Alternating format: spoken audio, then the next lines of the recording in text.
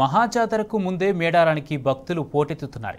వనదేవతలకు మొక్కులు చెల్లించుకునే భక్తుల సంఖ్య రోజురోజుకు పెరిగిపోతోంది. అమ్మవార్ల దర్శనానికి వచ్చిన భక్తులతో గద్దెల ప్రాంగణాలు కిటకిటలాడుతున్నాయి. పుణ్యస్నానాలు ఆచరించే జంపన్నబాగు, తలనీలాలు సమర్పించే పరిసరాల్లో భక్తుల సందడి నెలకొంది.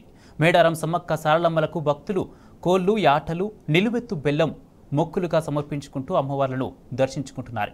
జంపన్నబాగులో పుణ్యస్నానాలు ఆచరించి తలనీలాలు సమర్పిస్తున్నారు.